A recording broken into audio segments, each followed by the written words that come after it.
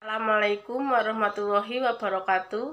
Baik, di sini kita akan mempresentasikan hasil dari IRP kita, yaitu dengan judul Implementasi IRP pada PT GP Press Media Utama Surabaya dan PT XYZ. Berikut nama anggota kelompok kami, yaitu 1. Abdul Rizky Maghribi, 2. Ainur Rizky Kiki Amelia, 3. Alvina Cynthia Putri Herlina, 4. Lutfi Febriani Konita, dan 5. Putri Wahyu Adityawati. Berikut ini adalah daftar isi dari presentasi kita, yaitu 1. Latar belakang, 2. Pengantar, 3. isi, dan 4-nya penutup. Untuk bagian pertama latar belakangnya akan dijelaskan oleh Mbak Alvina. Di sini saya akan menjelaskan introduction dari implementasi Enterprise Resource Planning atau IRP dengan studi kasus pada sebuah perusahaan. Yang pertama, adanya latar belakang. Enterprise Resource Planning atau IRP adalah sistem informasi manajemen terintegrasi yang dapat mengakomodasikan kebutuhan-kebutuhan sistem informasi secara spesifik untuk departemen-departemen yang berbeda pada suatu perusahaan. IRP terdiri dari bermacam-macam modul yang disediakan untuk berbagai kebutuhan dalam suatu perusahaan. Dari modul untuk keuangan sampai modul untuk distribusi. Pengguna IRP menjadi semua sistem di dalam suatu perusahaan menjadi satu sistem yang terintegrasi dengan satu database. Sehingga beberapa departemen menjadi lebih mudah dalam melakukan komunikasi. Pada suatu organisasi yang kompleks dengan banyak departemen yang menjalankan fungsi dan objektif masing-masing, kerap kali terjadi bias informasi, persepsi, dan pengambilan keputusan antara satu unit departemen dengan unit yang lain. IRP merupakan sebuah konsep teknik ataupun metode guna mengintegrasikan seluruh departemen dan fungsi suatu perusahaan ke dalam suatu sistem otomasi keseluruhan proses bisnis, guna meningkatkan efektivitas dan efisiensi perusahaan.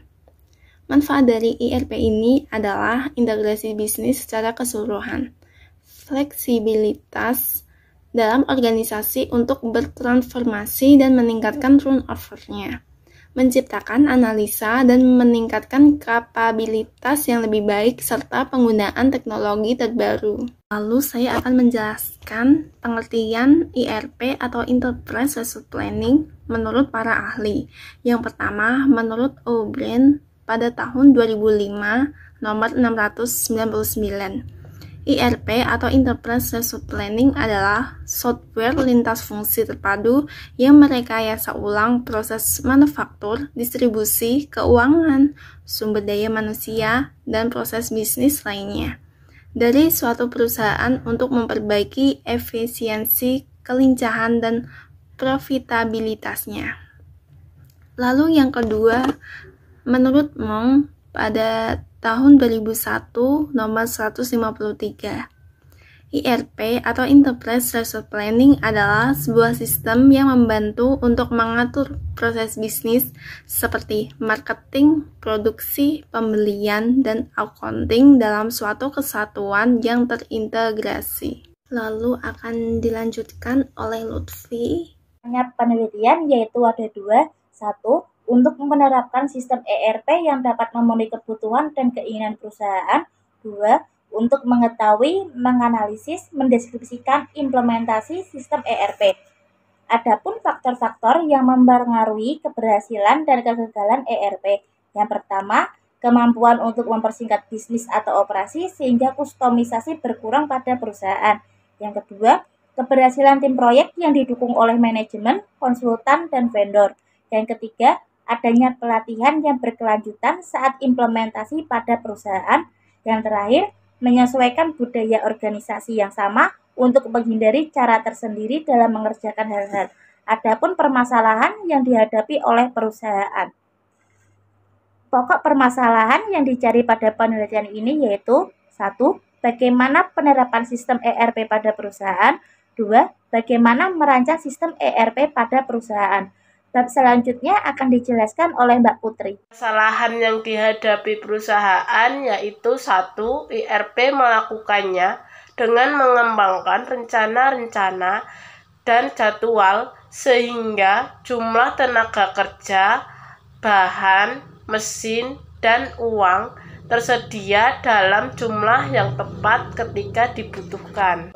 Sistem ERP dirancang berdasarkan proses bisnis yang dianggap best practice, proses umum yang layak.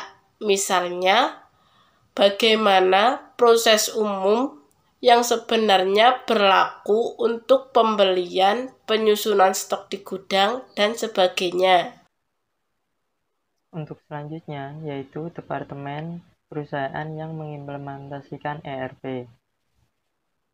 Jadi, ada beberapa departemen atau divisi yang diimplementasikan ke dalam sistem ERP. Beberapa departemen itu adalah yang pertama, Departemen Pemasaran atau Marketing, yang kedua, Departemen Keuangan, yang ketiga ada Departemen HRD atau Human Resource Development, yang keempat ada Departemen Produksi, dan yang kelima ada Departemen Sistem Informasi. Kelima departemen tersebut memiliki tugas masing-masing, yaitu yang pertama, Departemen Pemasaran memiliki tugas untuk memasarkan semua produk yang dihasilkan oleh perusahaan. Lalu yang kedua, Departemen Keuangan, yaitu departemen yang bertugas untuk mencatat dan mengatur keuangan perusahaan. Dan yang ketiga, Departemen HRD atau Human Resource Development, yaitu departemen yang bertugas untuk merekrut karyawan dan melakukan pengembangan kerja karyawan. Selain itu, HRD juga bertugas untuk memutuskan hubungan antar kerja. Yang keempat, ada Departemen Produksi, yaitu departemen yang bertugas untuk menyediakan produk apapun yang selanjutnya akan dipasarkan oleh Departemen Pemasaran. Yang kelima, ada Departemen Sistem Informasi, yaitu departemen yang bertugas untuk menjalankan sistem operasional perusahaan dalam rangka mempermudah alur birokrasi perusahaan. Setelah menganalisa penelitian tersebut, disimpulkan bahwa kita dapat menggunakan metodologi RAD. RAD, Rapid Application Development, atau Rapid Prototyping, adalah model proses pembangunan perangkat lunak yang tergolong dalam teknik instrumental atau bertingkat. RAD menekankan pada siklus pembangunan pendek, singkat, dan cepat. Waktu yang singkat adalah batasan yang penting untuk model ini. Rapid Application Development menggunakan metode berulang dalam mengembangkan sistem di mana model kerja sistem pengguna. Model kerja digunakan hanya sesekali saja sebagai basis desain dan implementasi sistem akhir. Menurut Kendall, Rapid Application Development atau RAD adalah pendekatan berorientasi objek untuk pengembangan sistem yang mencakup metode pengembangan serta alat perangkat lunak pada tahun 2017. Lalu menurut Aswati pada tahun 2017, Rapid Application Development atau RAD adalah metodologi pengembangan perangkat lunak yang berfokus pada pembangun aplikasi dalam waktu yang sangat singkat. Istilah ini menjadi kata kunci pemasaran yang umum menjelaskan aplikasi yang dapat dirancang dan dikembangkan dalam waktu 60-90 hari. Tapi itu awalnya ditunjukkan untuk menggambarkan suatu proses pembangunan yang melibatkan application prototyping dan iterative development. Di dalam metode penelitian yang digunakan dapat dibagi menjadi 6 bagian, yaitu tentang penentuan, identifikasi masalah, dan perumusan masalah. Tujuan penelitian, studi pustaka, pengumpulan data, pengolahan dan analisis data, serta penarikan kesimpulan.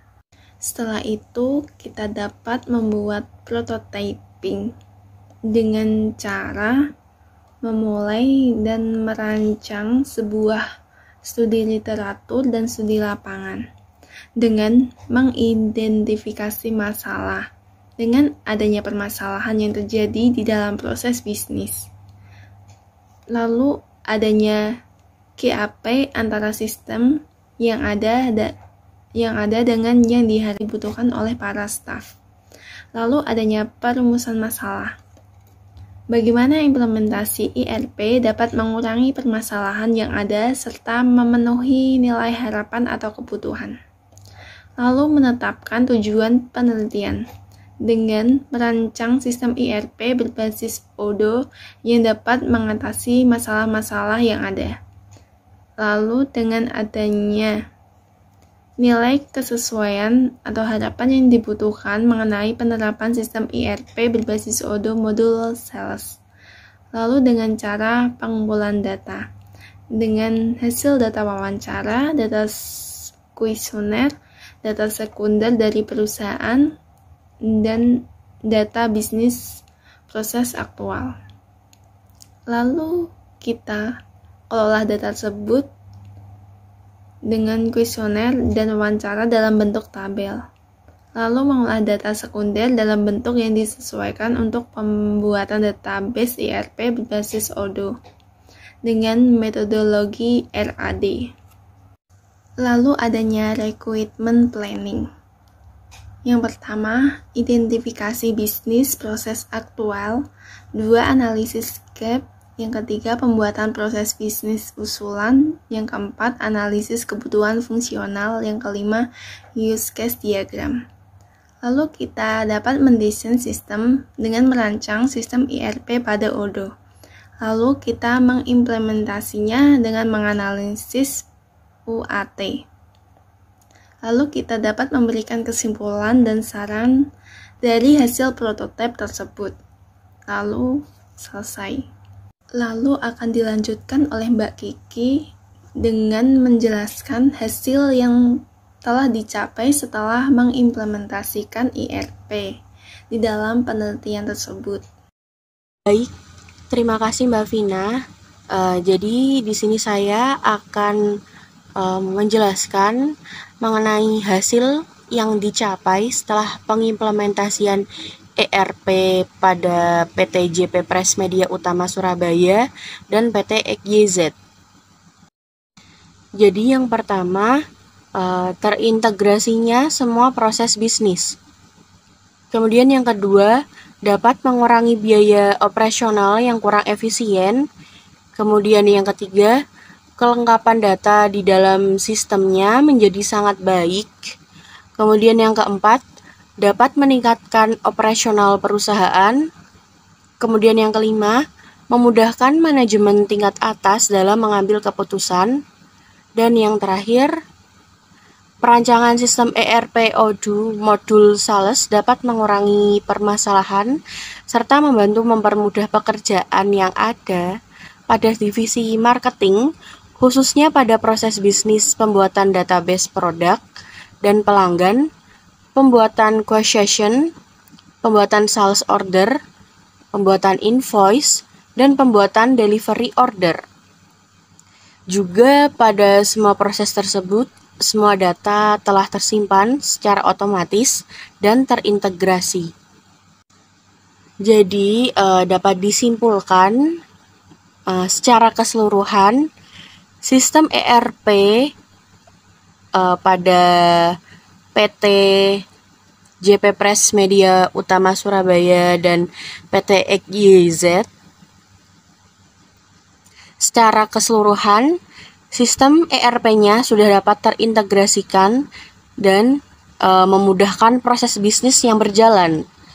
Kemudian sistem ERP-nya juga sudah baik dan cepat dalam pengelolaan data serta mudah dalam penggunaannya. Kemudian ERP-nya juga sudah terhubung dengan jaringan internet yang kuat sehingga memudahkan user dalam mengakses sistem. Kemudian kecepatan dan ketepatan input data di dalam sistem sudah baik sehingga menghasilkan informasi yang berkualitas. Nah, tapi walaupun sudah cukup baik, namun masih sering kurang terjalinnya komunikasi yang baik antara user sehingga sering mengalami keterlambatan input data. Nah, saran yang bisa kami berikan adalah yang pertama, menjadikan sistem yang lebih baik. Nah, untuk mendukung bagaimana menjadikan sistem ini menjadi lebih baik, perlu dilakukan implementasi dan konfigurasi terhadap modul lain seperti accounting and finance dan customer relationship management sehingga dapat mengurangi keseluruhan permasalahan yang ada dalam suatu divisi. Kemudian juga perusahaan ini juga perlu mempertimbangkan terhadap SDM yang berkompeten pada sistem ERP untuk menunjang operasional perusahaan. Baiklah, cukup sekian presentasi dari kelompok kami. Apabila ada kesalahan, mohon dimaafkan. Wassalamualaikum warahmatullahi wabarakatuh.